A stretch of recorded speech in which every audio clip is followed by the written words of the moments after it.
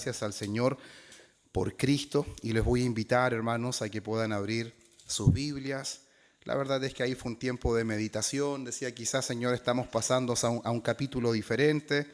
Podemos quizás hacer algún paréntesis, pero sin embargo, hermanos, vamos a continuar con Mateo. Vamos a continuar con Mateo capítulo 11. Vamos a dar lectura a los versículos 1 al versículo 6. Mateo capítulo 11.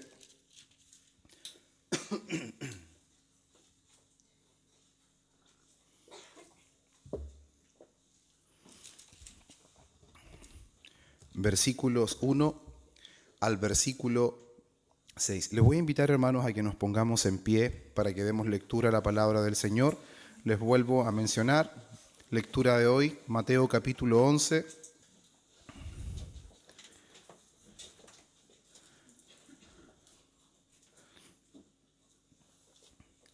Versículos 1 al versículo 6, y dice así la palabra del Señor.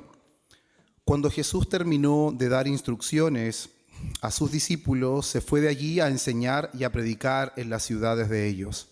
Y al oír Juan en la cárcel los hechos de Cristo, le envió 2 de sus discípulos para preguntarle: ¿eres tú aquel que había de venir o esperaremos a otro? Respondiendo Jesús les dijo: id y haced saber a Juan las cosas que oís y veis. Los ciegos ven, los cojos andan, los leprosos son limpiados, los sordos oyen, los muertos son resucitados y a los pobres es anunciado el evangelio.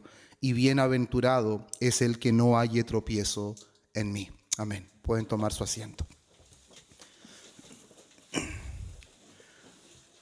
Nosotros, hermanos, terminamos hace poquitito, el domingo pasado recién, de poder completar lo que era la enseñanza, ¿cierto?, de lo que Mateo nos brindaba en el capítulo 10, donde veíamos esa comisión que el Señor hace de sus discípulos y vimos todo lo que era la preparación, las advertencias, las cosas que iban a enfrentar, las cosas que se iban a dar. Y finalmente nosotros terminamos viendo claramente de que el poder seguir a Jesús implicaba inclusive poner nuestra vida por delante, que nuestra vida no está por encima de obedecer al Señor Jesús, porque nuestra vida en últimas le pertenece. Y vimos en el último sermón, que fue el domingo anterior, claramente cómo aquellas cosas que quizás nosotros los seres humanos podemos pasar por alto, que son cosas tan pequeñas, cosas tan insignificantes, pero cuando las hacemos con la motivación correcta, cuando las hacemos por amor al Señor, no perderán su recompensa. Recuerda que eso fue lo último que vimos.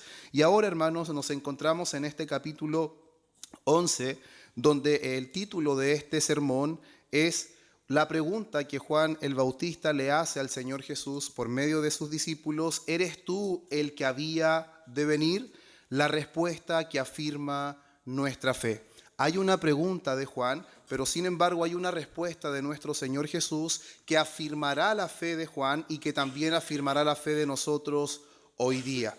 Y es importante, hermanos, que nosotros consideremos de que nos encontramos en el contexto de predicación, un contexto de enseñanza, un contexto de milagros que el Señor Jesús está realizando, y en medio de esto, Juan, el siervo del Señor, conocido por ser un varón valiente, un varón poderoso en palabras, pero sin embargo va a enfrentar un momento de dudas. Y a pesar de que él está en la cárcel, está privado de libertad, él va a enviar a 2 de sus discípulos a donde el maestro. Y los va a enviar porque él quiere disipar las dudas que él tiene.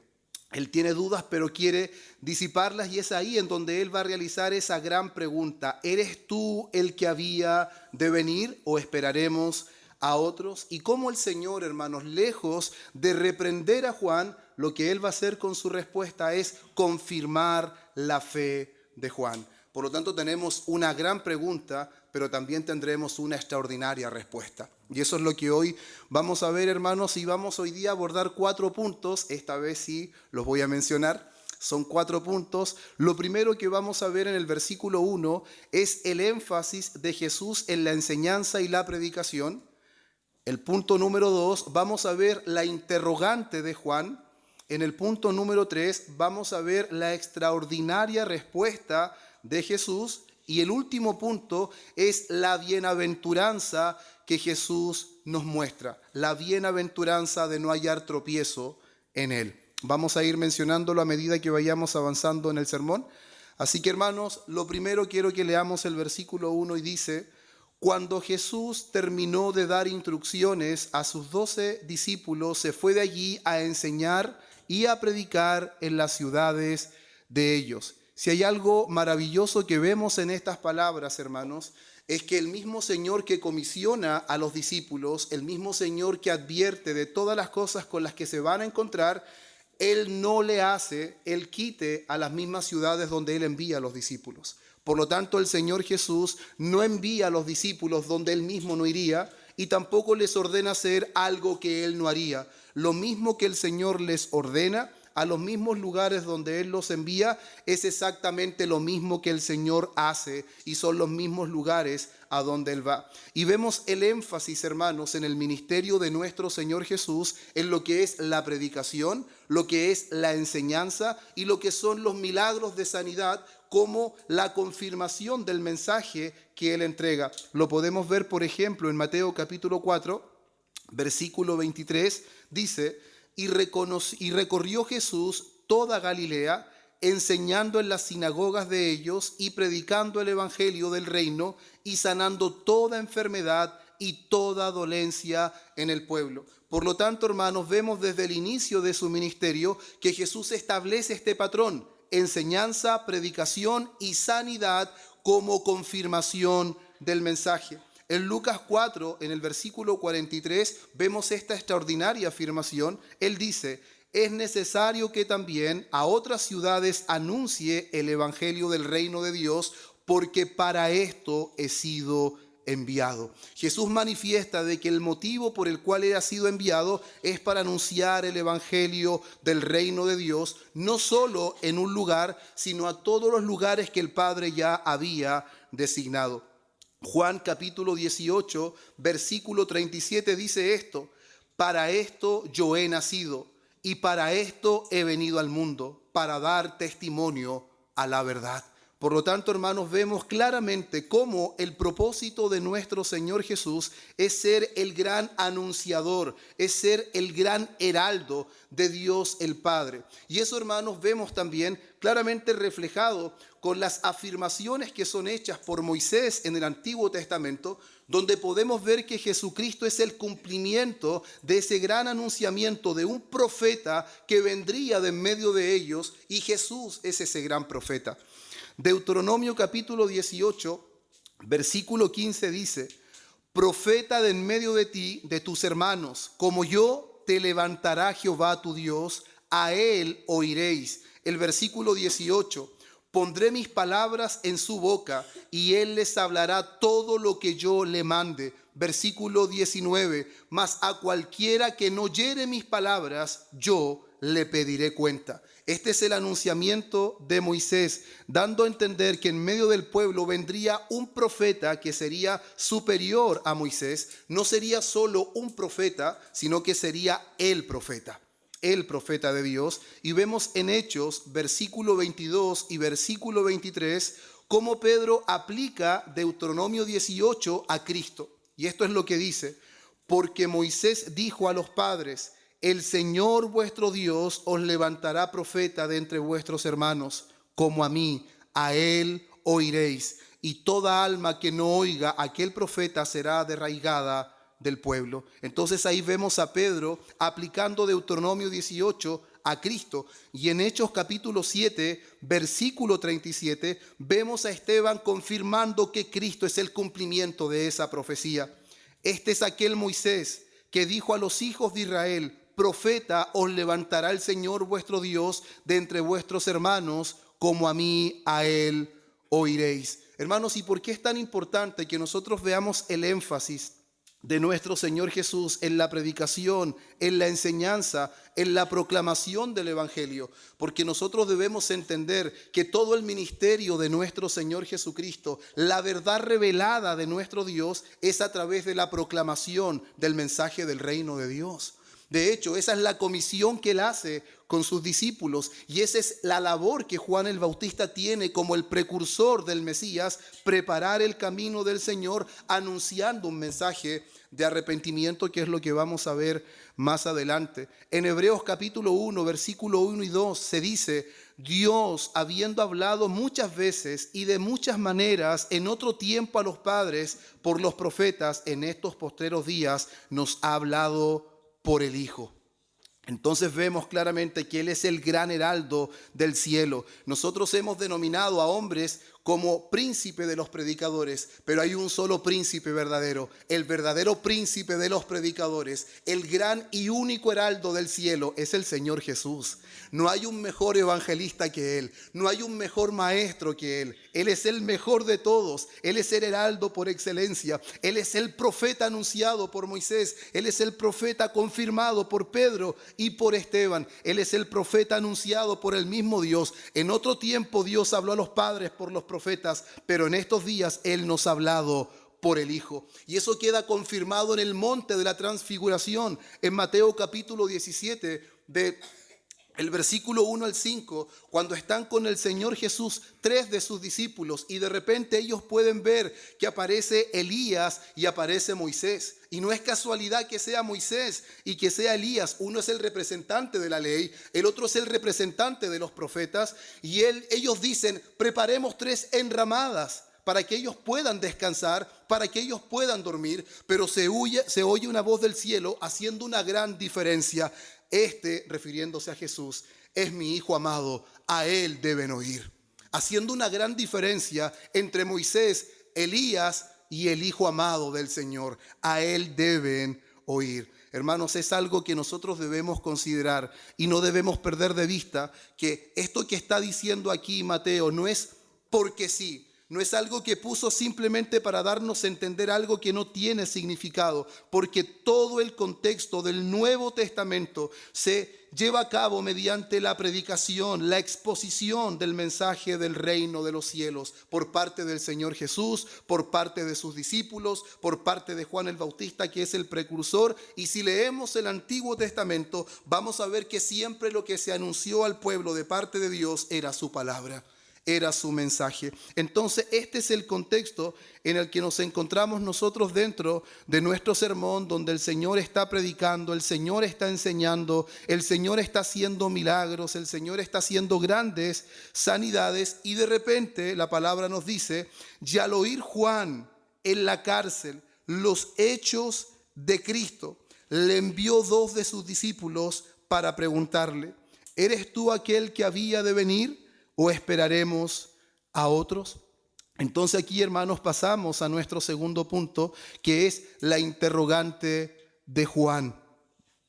En Lucas capítulo 7, versículo 18 al 20, se reafirma que son 2 discípulos que Juan envía. Dice: los discípulos de Juan le dieron las nuevas de todas estas cosas, y llamó Juan a 2 de sus discípulos y los envió a Jesús para preguntarle: ¿eres tú el que había de venir, o esperaremos a otro? Cuando pues los hombres vinieron a él, dijeron: Juan el Bautista nos ha enviado a ti para preguntarte: ¿eres tú el que había de venir, o esperaremos a otro? Por lo tanto, el texto paralelo también reafirma esta pregunta de Juan y también confirma que fueron 2 discípulos enviados por él. Ahora, vemos este versículo y quizás surgen algunas preguntas que son necesarias poder contestar para que entendamos la pregunta y entendamos el porqué de la situación. Primero, vamos a responder quién es Juan el Bautista y por qué él se encontraba preso, para que podamos entender el contexto de la pregunta que surge en Juan en cuanto a la persona de Jesucristo. Y nosotros, como ya hemos venido estudiando de una manera expositiva el Evangelio de Mateo, podemos ver en Mateo capítulo 3, versículo 1 al 3, que Juan es anunciado como el mensajero prometido por Dios. Él es presentado como la voz del que clama en el desierto: preparad el camino del Señor, enderezad sus sendas. Por lo tanto, en este texto, Juan es presentado como el precursor del Mesías, dando cumplimiento a profecías como Isaías 43 y Malaquías capítulo 3, versículo 1. También podemos ver que él es el gran predicador del arrepentimiento. Su mensaje central es: arrepentíos, porque el reino de los cielos se ha acercado. Juan es el que anuncia que el reino está a punto de manifestarse y que el Mesías viene con autoridad. En el capítulo 3, versículo 4, vemos que él es un profeta con un estilo profético antiguo. Vemos que su ropa es de pelo de camello, es de cinturón de cuero, su dieta son langostas y miel silvestre, lo que evocan directamente a Elías. Y cuando leemos Malaquías capítulo 4, versículo 15, donde se anuncia que Elías vendría antes que el Mesías, vemos cómo claramente Juan es conectado con aquel Elías que había de venir. En Mateo 3, versículos 5 y 6, vemos de que él es el que bautiza para arrepentimiento. Él es el que bautiza en el río Jordán a los que confiesan su pecado. Y vemos que su bautismo es preparativo, apuntando al bautismo mayor que vendría por parte del Mesías. También vemos en el versículo 7 que él es un hombre valiente, él es un denunciante del pecado, inclusive de los religiosos de aquel tiempo, de los hombres líderes. Juan confronta a fariseos y a saduceos, nada más y nada menos que llamándoles generación de víboras, llamándoles a ser frutos dignos de arrepentimiento y que no se refugien en decir que son hijos de Abraham, porque Dios puede levantar hijos de Abraham aún de esas piedras. Y le dice: y el hacha está puesta a la raíz de los árboles para quitar todo árbol que no dé buen fruto. Ese es el mensaje que anunciaba Juan el Bautista. También vemos en el versículo 11 y versículo 12 que Juan no solamente es el que anuncia la venida del Mesías, sino que él es el testigo que señala al Mesías. Él es el que reconoce que es menor que él y que el que viene, él no es digno de desatar la correa de sus sandalias, que él bautiza en agua, pero el que viene tras de él bautizará en Espíritu Santo y en fuego. Además, en el versículo 13 al 17, vemos que él no solamente bautiza, señala a Jesús, sino que él es el que finalmente bautiza a Jesús y él es testigo de la voz del Padre y se manifiesta con la venida del Espíritu Santo en forma de paloma. Por lo tanto, ¿por qué es tan importante, hermanos, que veamos quién es Juan el Bautista? Para que reforcemos lo que decía en la introducción de este sermón, que Juan es un hombre valiente. Es un hombre que anuncia el reino de Dios. Es un hombre que está dispuesto a encarar el pecado, aún de las personas que son más poderosas dentro de la nación. Y es ahí donde nosotros nos pueden surgir algunas preguntas. ¿Cómo puede ser que Juan tenga dudas referente a la persona de Cristo? Con tanto énfasis lo anunció. Con tanto énfasis mostró con claridad que Él era el que había de venir. Él es el Cordero de Dios que quita el pecado del mundo.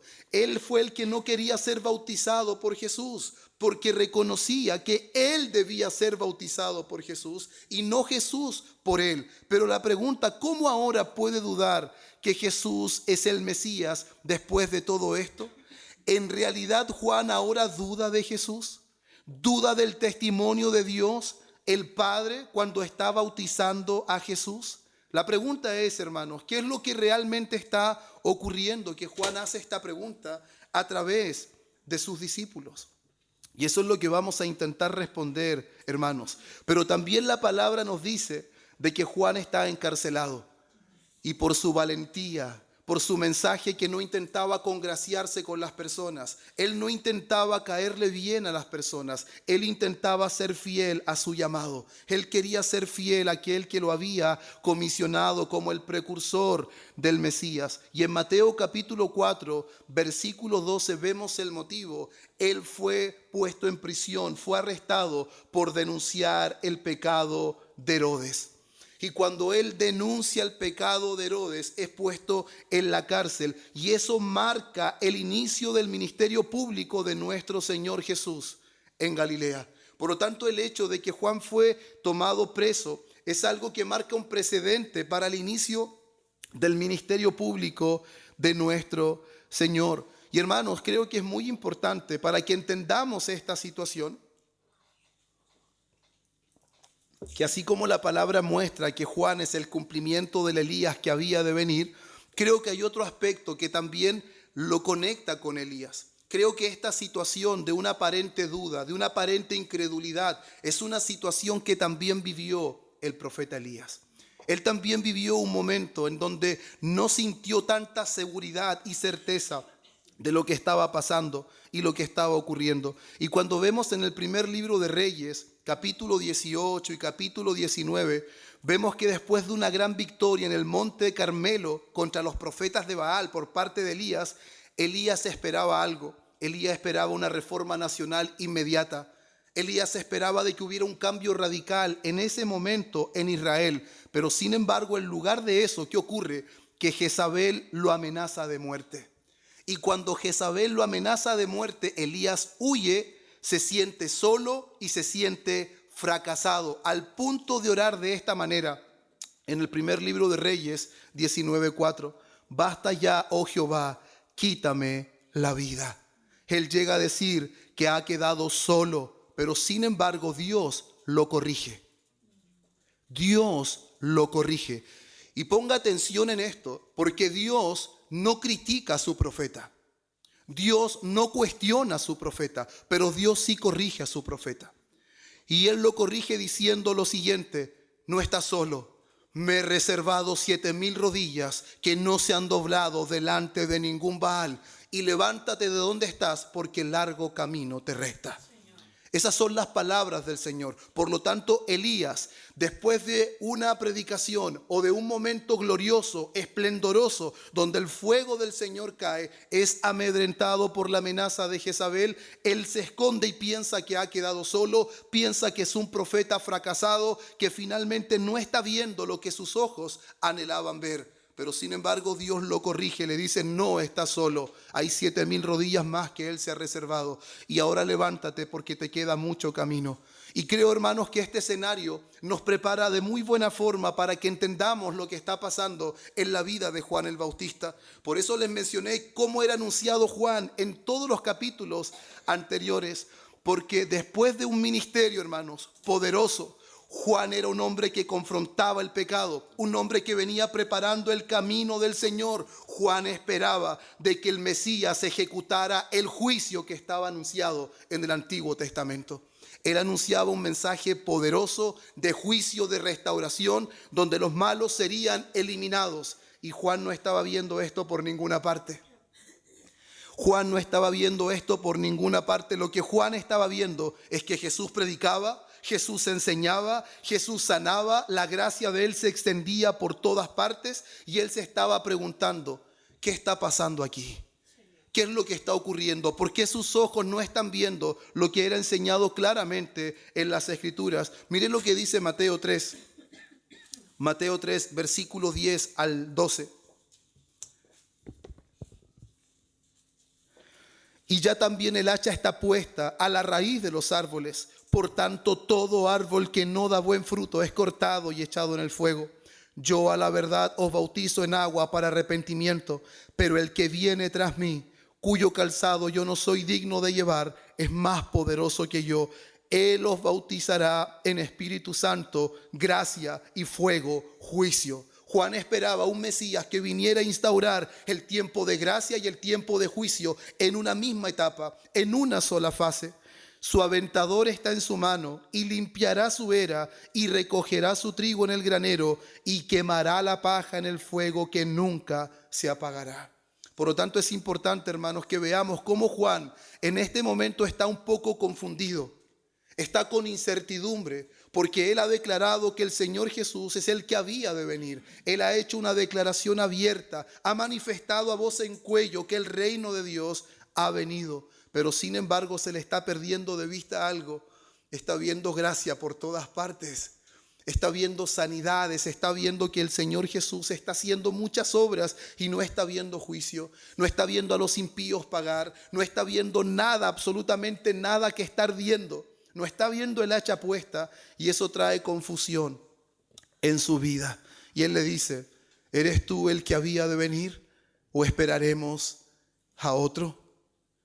Juan tiene dudas, hermanos. Juan tiene dudas. Su conocimiento como profeta es que Jesús es el que ejecuta la justicia divina y no está viendo ese juicio por ninguna parte. Pero sin embargo, aquí me quiero detener en esto, porque Juan no está dudando directamente si Jesús es el que había de venir. Su pregunta muestra claramente algo que es importante entender. ¿Eres tú el que había de venir o debemos esperar a otro? Y eso deja en evidencia de que en la cabeza de Juan, en la mente de Juan, algo no está bien. Y él tiene dudas, él tiene incertidumbres, él está preso.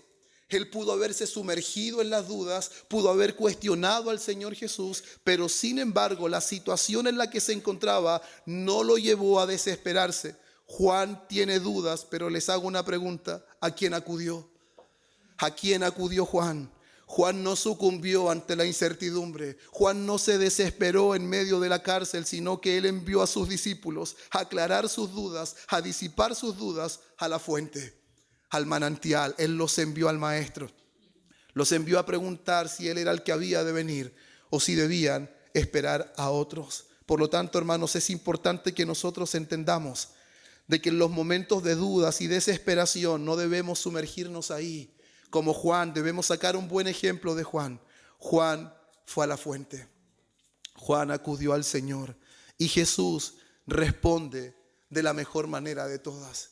Jesús responde con las evidencias proféticas y lo lleva directamente al libro de Isaías. Y lo vamos a leer, Isaías 35, versículos 5 y 6. Isaías 35, versículos 5 y 6. Dice de la siguiente manera: entonces los ojos de los ciegos serán abiertos y los oídos de los sordos se abrirán. Entonces el cojo saltará como un ciervo y cantará la lengua del mudo, porque aguas serán cavadas en el desierto y torrentes en la soledad. Isaías 61, versículo 1 y 2, mire lo que dice: el Espíritu de Jehová el Señor está sobre mí, porque me ungió Jehová.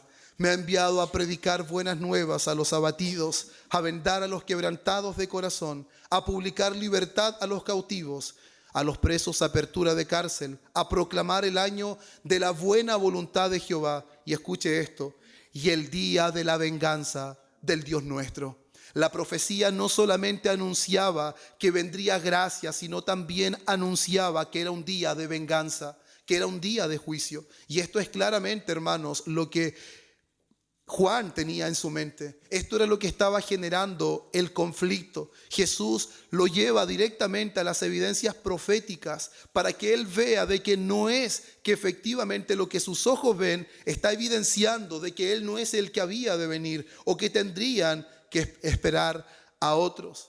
Juan, como Elías, había visto, hermanos, grandes obras de Dios y él esperaba ese cambio inmediato en la nación. Pero a ver que las cosas no se movían según lo que él imaginaba, él se abatió en espíritu, al igual que Elías. Él estaba abatido porque no estaba viendo que las cosas avanzaban de la manera que él podía comprenderlas. Como dijo un hombre en la antigüedad, la duda de Juan no era incredulidad obstinada, sino desaliento similar al de Elías. Había proclamado juicio, pero el juicio no llegó en la forma y tiempo que él anticipaba. Juan esperaba el juicio porque él anunció juicio. Juan es el predicador del hacha puesta a la raíz del árbol. Pero sin embargo no estaba viendo eso y como profeta se confundió. Al igual que Elías, él pensó que Dios iba a hacer una reforma inmediata y que el pueblo iba a andar, que el pueblo iba a entender. Pero sin embargo las cosas que sus ojos estaban viendo era completamente diferente a lo que él esperaba. Y es por eso, hermanos, que ahora entendemos un poco el escenario. Juan está con dudas, Juan tiene incertidumbre, pero él no se va a quedar así. Él envía a sus discípulos a poder disipar sus dudas directamente con el Señor Jesús. Y pasamos a nuestro tercer punto, la extraordinaria respuesta de Jesús. Versículo 3 al 5 dice lo siguiente: respondiendo Jesús le dijo: id haced saber a Juan las cosas que oís y veis. Los ciegos ven, los cojos andan, los leprosos son limpiados, los sordos oyen, los muertos son resucitados y a los pobres les es anunciado el evangelio. Yo estoy seguro, hermanos, que Juan no esperaba esta respuesta. Juan esperaba un sí, Juan esperaba un no. Pero sin embargo Jesús con esto solamente lo está guiando a las escrituras, los textos que nosotros leíamos hace poco, Isaías 35 e Isaías 61. Pero sin embargo, hermanos, lo que nosotros vemos en la escritura es que Juan esperaba todo en una sola fase, pero sin embargo lo que él no conocía y lo que él no entendía, que Jesús cumpliría todo en dos etapas. Primero, en su primera venida, donde veríamos la gracia, la sanidad y la proclamación del evangelio. Y en la segunda venida, como lo anuncia la segunda carta de Pablo a la iglesia de Tesalónica, capítulo 1, versículos 7 al 10, veríamos el juicio final y la restauración de todas las cosas.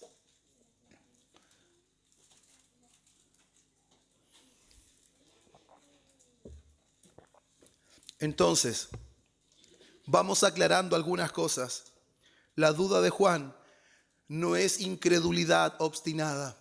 Juan no es un incrédulo. Juan no es un hombre que no teme a Dios. Juan no es un hombre, hermanos, que simplemente le da espacio a cualquier tipo de amedrentamiento en su vida. Él tiene dudas en cuanto a lo que sus ojos están viendo. Él es un profeta de Dios. Él conoce la palabra de Dios y sabe que Dios anunció que el Mesías traería gracia, pero también traería juicio.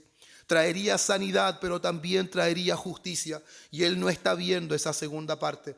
Pero él no entendía que la venida del Mesías estaría separada en dos partes, en su primera venida y en su segunda venida. Y es por eso, hermanos, aquí hacemos un paréntesis, de que muchas personas hoy pueden pensar de que Dios no actúa, de que Dios impide de que muchas personas hagan mal, de que hagan daño. Mucha gente se pregunta en dónde está Dios con todo lo que pasa, toda la injusticia, todo el mal, todo el daño. Pero sin embargo, cuando vamos a la Escritura vemos de que Dios ha reservado todo el juicio para su segunda venida. El día que Cristo aparezca por segunda vez, Él no vendrá como un cordero manso, Él vendrá como el Rey del cielo, Él vendrá como el juez de toda la tierra y le dará a cada uno de los hombres conforme a sus obras. Hará todo el juicio en su segunda venida. Por eso la iglesia no clama solamente porque Dios traiga justicia en este tiempo, sino que clama porque la gracia de Dios impacta a los hombres de esquina a esquina, de lugar a lugar, porque llegará el día en que tendrán que rendir cuentas delante de Dios. Llegará el día en que los seres humanos tendremos que rendir cuenta delante de aquel que todo lo ve, delante de aquel que no hay nada que esté encubierto ante sus ojos. Por eso, hermanos, Jesús no responde con un sí, Jesús no responde con un no, Él solamente cita a Isaías. Él le dice claramente: Juan, no te preocupes, las cosas van como deben andar. Él le cita claramente que los ciegos ven, los sordos oyen, los paralíticos andan, los muertos son resucitados, a los pobres les es anunciado el evangelio. Todo va conforme Dios lo había anunciado por el profeta Isaías. No hay de qué temer, no hay de qué preocuparse. Pero sin embargo, hermanos, quiero reforzar el punto de que la venida del Mesías sería dividida en dos partes y no todo sería llevado a cabo en la primera venida. Y lo vemos en Lucas capítulo 4, versículo 18 al 20. Es un texto, creo que es muy conocido. Cuando lo vea se va a dar cuenta que es Jesús que está citando lo mismo que habíamos leído anteriormente, el texto de Isaías 61. Mire lo que dice. Jesús estaba precisamente en la sinagoga y él toma el rollo y lee este texto que está en Isaías y dice: el Espíritu del Señor está sobre mí, por cuanto me ha ungido para dar buenas nuevas a los pobres. Me ha enviado a sanar a los quebrantados de corazón, a pregonar libertad a los cautivos y vista a los ciegos, a poner en libertad a los oprimidos, a predicar el año agradable del Señor. Versículo 20. Y enrollando el libro lo dio al ministro y se sentó, y los ojos de todos en la sinagoga estaban fijos en él. No sé si usted se logra dar cuenta, pero Jesús de manera intencional enrolló el libro y no siguió con la lectura. Él no continuó diciendo que era el día de la venganza de Dios, Solamente mencionó la parte del tiempo de la sanidad, el tiempo de ser libertados los cautivos, de anunciar el día agradable, porque todavía no era tiempo del día de la venganza. Y ahí está la duda de Juan. Juan no está viendo eso. Juan no está cuestionando a Dios, hermanos. En su humanidad él está pasando un momento de abatimiento. Está pasando un momento de incertidumbre, pero él no quiere ir a fuentes secundarias. Él quiere saber del mismo Señor, que Él le responda, que Él le diga, que Él le confirme. Porque él sabe que el único que puede afirmar su fe es el mismo Señor. Y él no va a otras partes. Eso estaba reservado para su segunda venida.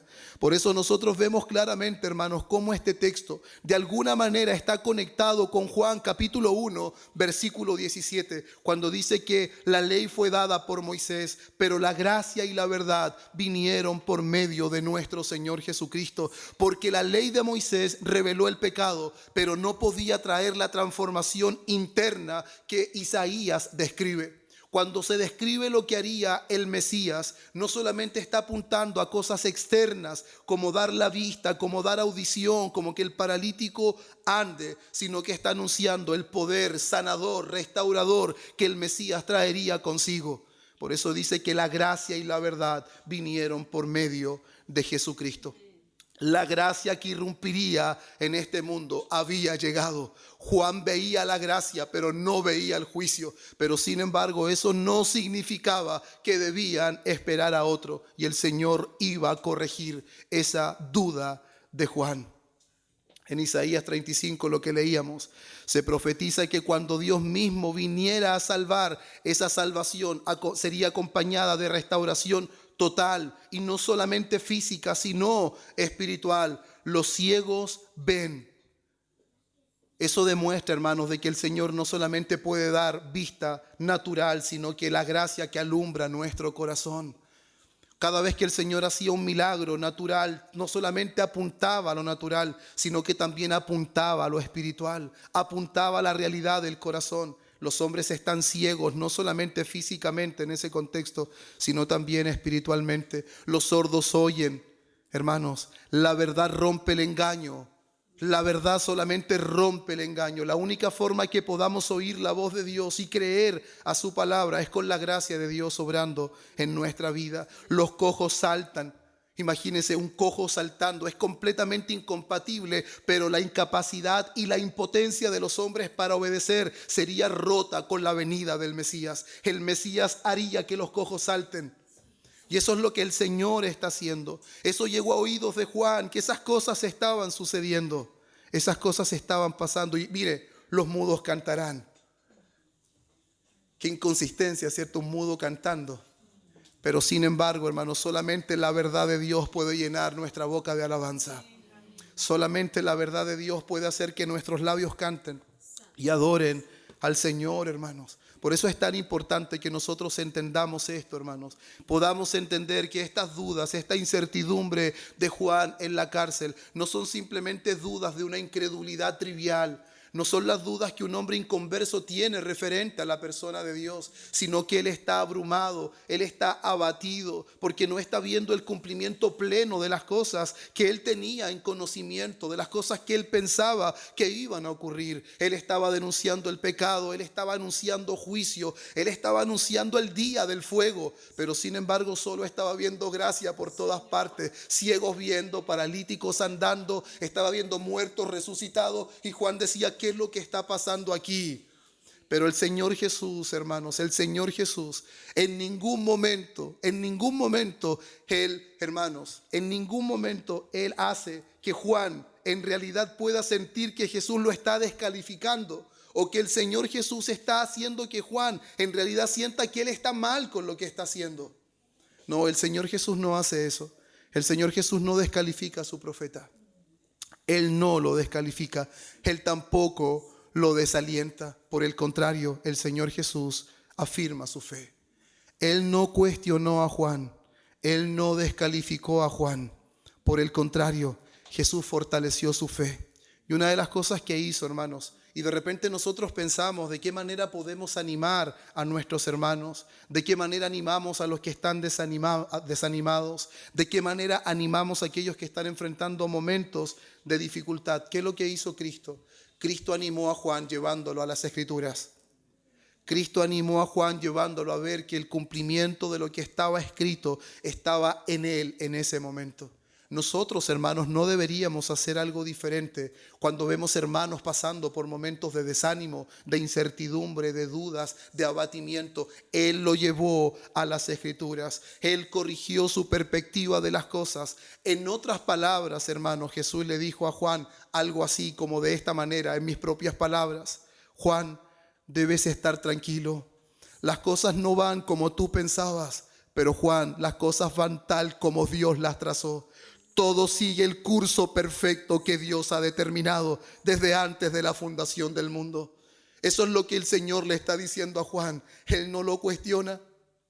No, Él no lo va a hacer sentir mal de ninguna manera. Eso no es el propósito del Señor. Él no lo va a cuestionar ni tampoco lo va a descalificar como profeta. De hecho, del versículo 7 en adelante vamos a ver cómo el Señor lo confirma como profeta, que de los nacidos de mujer no hay otro mayor que Juan. Él va a dar un testimonio vivo de que Juan es su profeta. Él no lo va a desalentar. De repente nosotros tenemos un concepto tan equivocado de Dios. Pensamos que cualquier duda que pasa por nuestra mente, Dios está ahí atento a qué momento Él nos castiga, en qué momento nos descalifica, en qué momento nos hace ver que no somos sus hijos. Pero sin embargo, ejemplos como este nos permite ver que aún, hermanos, en momentos de dificultad, Dios nos corrige con ternura. Dios nos corrige de una manera que nosotros no pensamos. Dios no descalifica a sus siervos en los momentos de dificultad, en los momentos de dudas. Hermanos, y es aquí donde nace esta bienaventuranza. El versículo 6, que es nuestro punto 5.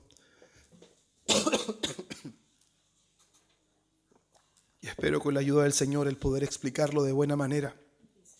La bienaventuranza da no hallar tropiezo en el Señor Jesús. Versículo 6. Y bienaventurado es el que no halle tropiezo en mí. Lo que les decía, hermanos, el Señor no lo cuestionó, no lo descalificó. Por el contrario, Él fortaleció su fe. Él lo llevó a poder estar tranquilo. Y la palabra, hermanos, para tropiezo es la palabra escándalo. ¿Ha escuchado la palabra escándalo? Es escandalizarse, esa es la palabra en griego, y que su sentido literal se refería a la parte de una trampa donde se ponía el cebo, y por su extensión se usaba para hablar de algo que causa que una persona caiga, se ofenda o se aparte. Por lo tanto, hermanos, no hallar tropiezo significa no ofenderse ni escandalizarse, significa no apartarse de Él, significa confiar en Él. Lo que el Señor Jesús le está diciendo ahora a Juan a través de los discípulos, que hay una bienaventuranza en aquellos que no hayan tropiezo en Él. Hay una bienaventuranza en aquellos que no se ofenden por la persona de Cristo. Hay una bienaventuranza en aquellos que no se escandalizan por la persona de Cristo. Porque, hermanos, lo que Cristo estaba haciendo trajo dudas en Juan. Pero sin embargo, hermanos, eso no solamente pasó con Juan, eso también pasó con Elías. Y eso también pasó muchas veces con el pueblo de Dios. Las maneras en las que Dios trabaja son muy diferentes a lo que nosotros esperamos. Las planificaciones que Dios hace, las estructuras que Dios hace son muy diferentes a las estructuras que nosotros hacemos. Cuando vemos que Dios iba a entregar la tierra prometida al pueblo de Israel, vemos que hace al pueblo de Israel antes de poder obtener Jericó. La forma de obtenerlo es muy diferente a cómo un ejército planearía el poder obtener una nación. Dios le dice que tienen que dar vuelta sobre todo Jericó. Y a la séptima vuelta tienen que tocar las trompetas. Y finalmente todo sería derribado. Qué locura, ¿cierto? Cualquiera podría escandalizarse. ¿Cómo yo voy a hacer eso? ¿Cómo he de confiar en un Dios que es tan inconsistente? Su planificación no tiene nada que ver como un ejército lo haría.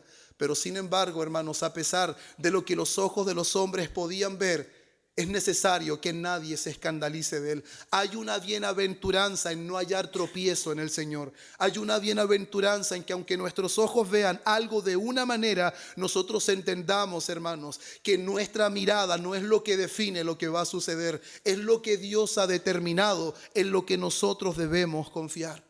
Por eso un hombre dijo estas palabras que me dejaron marcado, hermanos. Cuando nuestros ojos no entienden lo que Dios hace con sus manos, debemos confiar en su corazón. Bienaventurado el hombre que aprende a confiar en el corazón de Dios cuando no entiende lo que Dios hace con sus manos. Bienaventurado el hombre que deja a Dios ser Dios. Bienaventurado el hombre que no se turba y confunde de sobremanera cuando no puede entender lo que Dios está haciendo. Hermanos, porque es característico de Dios hacer eso. En el tiempo de los jueces también eso sucedió con Gedeón. Gedeón buscó al pueblo y finalmente era mucho pueblo para ir contra los madianitas. Pero él viene y Dios le dice, es mucho pueblo, es mucho pueblo. Y finalmente solo Gedeón, con 300 hombres, y los madianitas eran más de 20,000, solamente con ellos. Y no era por el número, sino más bien porque Dios había determinado darle la victoria y que ellos entendieran que la victoria no venía por mano de hombre, la victoria venía por Dios. Y finalmente van a la guerra, imagínense cómo van a la guerra, con teas encendidas y también van con trompetas. Cómo Dios puede dar victoria con antorchas y con trompetas. Pero sin embargo, lo que parece inconsistente para los hombres es lo que Dios en realidad ha determinado hacer. Y bienaventurado el que no haya tropiezo en Dios. Bienaventurado el que confía en Dios, aunque sus ojos vean algo que no entiende, aunque su intelecto no comprenda lo que está ocurriendo. Bienaventurado el que confía en el corazón de Dios, aunque no entienda lo que Dios está haciendo. Bienaventurado el que es capaz de decir, Dios dio, Dios quitó, sea el nombre de Dios bendito. Independiente de lo que nuestros ojos vean. Muchas veces pensamos de que Dios tiene que decirnos lo que Él va a hacer, porque si no, no lo entenderemos. Si usted lee la historia de Job, se va a dar cuenta que Dios conversó con Satanás y nunca le contó nada a Job. Job nunca supo de esa conversación, pero sin embargo lo que él debía hacer como un vaso de barro, confiar en su Señor, confiar en su Creador. Y eso es lo que vemos a pesar de que enfrentó crisis, ¿cierto? Job enfrentó momentos de dificultad, pero sin embargo Dios siguió diciendo de él, ¿has visto a Job? Varón recto, temeroso de Dios. No hay otro como Job. Porque Dios, hermanos, no es como muchas veces nosotros podemos pensar. Y hermanos, y qué mayor locura que el Señor haya determinado traer la mayor victoria a este mundo mediante la cruz. Un Salvador sufriente, un Salvador colgado en una cruz. ¡Qué escándalo! Pero así dice el apóstol Pablo a los Corintios. Para los judíos es tropezadero, para los gentiles es locura, pero más para los llamados, sean judíos o sean gentiles, Cristo es poder de Dios. Cristo es sabiduría de Dios. Cualquiera podría ver qué insensatez, el Salvador del mundo muriendo, pero el apóstol Pablo le dice a la iglesia de Colosas, Él está triunfando en la cruz. Está haciendo pública la derrota de todos los principados, de todas las potestades. Y esa acta que nos era contraria, Él la clavó en la cruz. La mayor victoria que este mundo ha experimentado es a través de Jesús muriendo en una cruz. Hermanos, por eso Él le dice, bienaventurado el que no haya tropiezo en mí. Bienaventurado aquel que aunque no entienda qué está pasando, aunque no pueda comprender del todo lo que está sucediendo, confía que todo va conforme Dios lo ha determinado. Bienaventurados, felices son aquellos, como dijo un día Juan Calvino, felices son aquellos que al ver mi humildad y mansedumbre no se avergüenzan ni dudan de mi poder y autoridad. Aunque lo vean humilde y manso, aunque lo vean en un pollino de asna, no dudan de lo que Él dice ser. Él es el Rey y el Salvador del mundo. Qué hermoso, hermanos, el poder comprender que a pesar de que un hombre que predicaba con tanta valentía, un hombre que encaraba el pecado en un momento determinado, tuvo dudas. ¿Has tenido duda, hermano, alguna vez? ¿Te has sentido amedrentado por alguna incertidumbre? ¿Has visto que las cosas no van como pensabas que debían ir? ¿Te has cuestionado por qué tu vida tomó ese rumbo y por qué no tomó otro? ¿Por qué estas cosas vinieron a mi vida?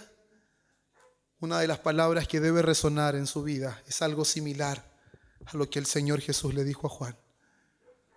Los sordos oyen, los ciegos ven, los muertos son resucitados. Tienes que estar tranquilo. Lo que tú ves no es lo que en realidad es. Lo que en realidad es lo que Dios ha dicho que es.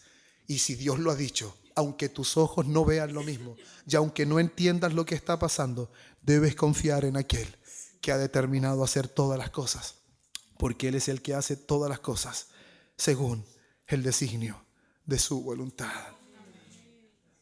Elías, el más valiente de los profetas, el que hizo caer fuego del cielo, tuvo un momento de debilidad, tuvo un momento de dudas. Y Juan, el más grande nacido de mujer también. Pero Dios a sus profetas los trata con ternura cuando son abatidos. Hermanos, qué consuelo es ver que aún en medio de nuestras dudas, de nuestros momentos de incertidumbre, cuando no sabemos por qué llegamos a ese momento, Dios no está ahí con el hacha puesta en nosotros. No, el hacha no está puesta para su pueblo, hermanos. El hacha está puesta para todo aquel que rehúsa creer en el Hijo. Pero aquellos que han puesto su confianza en Cristo, Él está dispuesto a con ternura corregir sus dudas, disipar sus dudas. Qué tremenda pregunta, pero qué extraordinaria respuesta. Qué bendito Salvador tenemos, que aparentemente puede estar perdiendo, pero está triunfando. Él es el único que da vida muriendo. El único, hermanos. Por eso conversaba con una hermana hace unos días, que la palabra de Dios es la única arma que da vida. Todo inconsistente, todo diferente a como el mundo lo puede ver. En el mundo toda arma mata. La palabra de Dios, que es la espada de Él, es la única que puede dar vida cuando se introduce en nuestro corazón. Gracias damos al Señor, hermanos, porque en nuestra vida cristiana Dios no siempre actúa ni actuará como nosotros esperamos. No siempre las cosas irán como nosotros esperamos. Muchas veces dudaremos en las situaciones que nos encontramos y como consecuencia, hermanos, nos sentiremos abatidos. Pero si hay algo que hoy hemos aprendido, hermanos, es que ante esto no debemos hallar tropiezo en el Señor. No debemos sumergirnos en la duda, sino que debemos acudir a Él. Debemos acudir a Él por medio de su palabra, inquirir, hermanos, hasta que podamos conocer lo que Dios ha dicho al respecto. ¿Ha dicho algo Dios al respecto de su situación? No debe descansar, mi hermano, hasta que usted conozca si Dios ha dicho algo al respecto, y así podamos ser fortalecidos en nuestra fe, confiando en el Señor, que aunque no comprendamos del todo, todo está bajo su control y podemos y debemos estar tranquilos. Esas fueron las mismas palabras que Dios les dijo a Israel cuando venían saliendo de la tierra de Egipto. Cuando Él les dice que prácticamente Él les dará la victoria y ustedes estarán tranquilos. El llamado del Señor, hermanos, a través de su palabra, es que nosotros podamos estar tranquilos en los momentos aún que tengamos dudas en nuestra vida. La misma tranquilidad que el Señor Jesús le dio a Juan en sus dudas, en su incertidumbre, en ese momento de inquietud, es la misma tranquilidad que Él nos da hoy a nosotros por medio de su palabra. No busque tranquilidad, ni satisfacción, ni aclarar sus dudas fuera de Cristo. Solamente en Cristo hallará las respuestas que su alma necesita. Solamente en Cristo podrá fortalecer su fe. Solamente en Cristo las tinieblas se van a disipar. Y Cristo, hermanos, de la misma manera que lo hizo con Juan, lo hace hoy con nosotros. No importando qué tan fuertes o qué débiles podamos ser, Él está dispuesto a corregir nuestras dudas y a poder fortalecer nuestra fe. Una gran pregunta, una extraordinaria respuesta. Dudas disipadas y el Señor es honrado en nuestros corazones. Amén. Vamos a orar. Padre bueno, en el nombre precioso de Cristo, te damos muchas gracias, Dios. Gracias por este tiempo en que podemos ser expuestos a tu palabra. Confío, Dios, que tu palabra obre en nuestro corazón. Confío en que tu Espíritu Santo redarguya nuestra vida y podamos ver, Señor, lo glorioso que eres. Podamos ver lo hermoso, Señor, y tierno que tú eres con nosotros.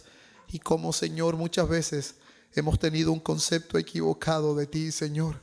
Pensamos que ante cualquier duda, ante cualquier, Señor, dificultad que enfrentemos en nuestra mente o nuestro corazón, tú simplemente vendrás a castigarnos. Pero qué imagen se nos ha presentado, Señor. Qué imagen se nos ha presentado de ti. Si cuando Juan te hizo esta pregunta que aún de repente parece escalofriante, parece que está colocando en duda todo lo que él ha dicho, Pero no, Señor, fue una pregunta sincera. Él necesitaba aclarar su mente, necesitaba aclarar su corazón. Él estaba tras las celdas y no estaba viendo el resultado, Señor, de su predicación.